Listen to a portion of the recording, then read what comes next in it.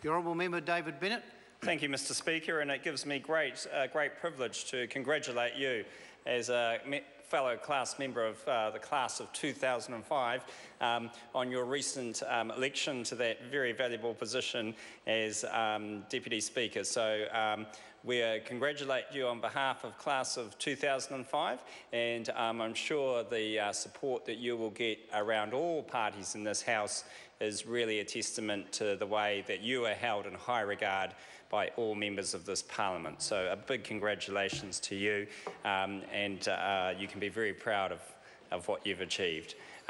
Also to David Carter, Lindsay Tish and Trevor Mallard, other successful speakers that have been elected for our Parliament. They in turn will also have a very important job in conducting the affairs of this House in a manner which enables good debate and discussion of ideas. I just want to take this opportunity as the first speech back since the election to thank the voters of Hamilton East. Hamilton East is a very diverse electorate.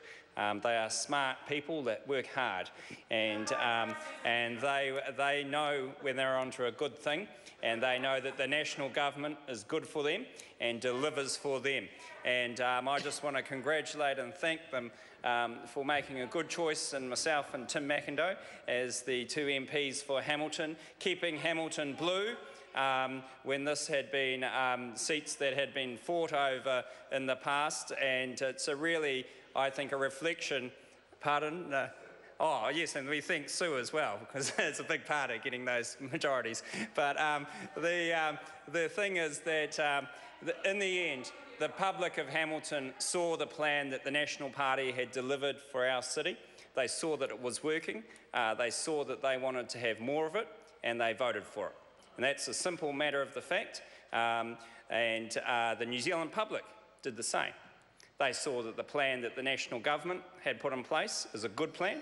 They saw that the national government was extremely well led, and the Prime Minister and our Cabinet and our members of Parliament, and they wanted more of that, and they voted for it. And it was a huge election. It was one of the elections that I think was pivotal in New Zealand's history going forward, because there was a clear choice. There was a choice between a free and open country where everybody could take advantage of the opportunities there were in this country, or there was a choice of a limiting, dependent island at the bottom of the South Pacific that thought it was some kind of utopia and didn't need to compete in the world. And the public understand the difference. They are smarter than the people in this room. They understand what actually works, and they voted for that because they knew that what National offered is what this country needs going forward. And to close our country, to isolate ourselves, to think that we are an island state that doesn't need to be part of the world is something that will never succeed and is not the way of the future of New Zealand. And that's what Hamilton stands for. We stand as a city of the future, of course, but we also understand there is that bright, bold new world out there, and we want to be part of that. We want Auckland and Hamilton and Tauranga to be part, and the Coromandel of course, to be part of that golden triangle that will take its place alongside Sydney, San Francisco, Santiago and Shanghai as the cities of the future. We see that as the new world order, and that is what we are getting, and that is good. It is. And now, the Labor members over there, well, remember, Stuart Nash is back. That tells you everything about the Labor Party. Stuart Nash is back. He said it, those were his very own words half an hour ago. Doesn't matter about what this country needs, doesn't matter about what the people of Napier need, it's Stuart Nash is back.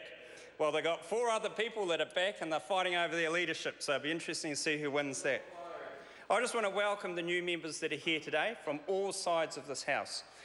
You will enjoy this place, and make sure you do. It is a great honour to be an MP, but Parliament is like the sea.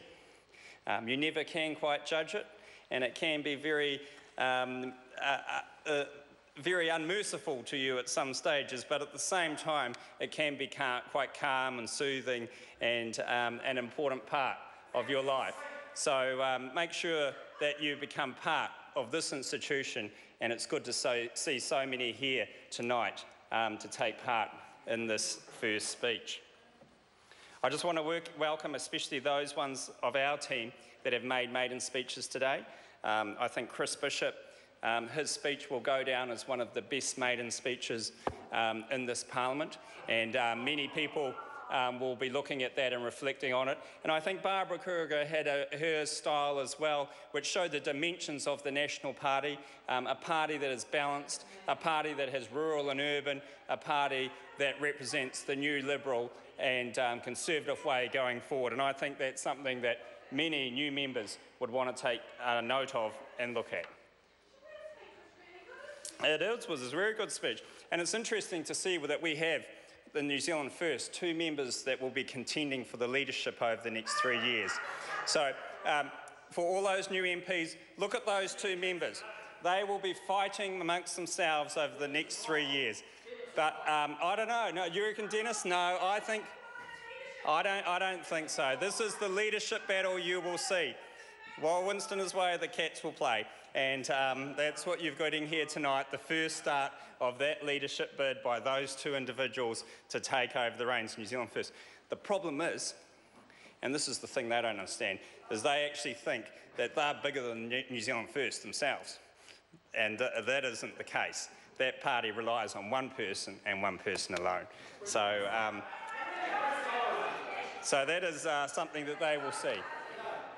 But I just want to say that the residents of Hamilton made a good choice, because we had a choice in Hamilton at this election. At the National Party, we offered to build the Waikato Expressway, the road of national significance that will link us with Auckland and will give us that connection with Tauranga. And there's $1.1 billion of that road that is contracted out in 2015. And the Hamiltonian and Waikato voters had the most to lose from a change in government. That would not have happened under an opposition. It would not have. Sue Moroney was challenged many times to promise that. And in the end, we got this false, hollow promise from the Labour Party. But we got the New Zealand First Party saying, no, we're not doing it. We're not going to spend that money. And Julianne Genter, the leader of the opposition transport policy, said no. No to the people of the Waikato. The one thing you could have done for our people to give them the economic vitality that they want going forward, and the opposition couldn't even promise it. They couldn't even promise it to win an election. That's how much they care about the people of the Waikato and Hamilton, and the people there knew that. They knew that they wanted that road. And it's also a great day for New Zealand, because there's another thing that came out today, and I talked about that free and open New Zealand. Today is a good day, because today we had record immigration numbers. Today, over 100,000 people in last year have made New Zealand their home. They have chosen to come to New Zealand, and we want a free and open and diverse country. We welcome people from overseas to make New Zealand their home. A net increase of 45,000 people in the last year is good for New Zealand. It's what we want to see as we become part of that new world order. It means we have the population in the north of the North Island and through the rest of the country that can take advantage of those opportunities. These are young, smart people that want New Zealand to be their home.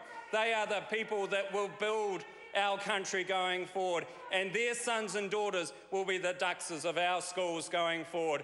They are the people that will be in this House of Parliament in 20 years' time, and they are the people that represent the future of this country, and we welcome every one of them, unlike the opposition. The opposition does not welcome new migrants to New Zealand, and that was very clear during the election campaign. And just before I finish, I want to thank one person from the opposition, and that was Kelvin Davis.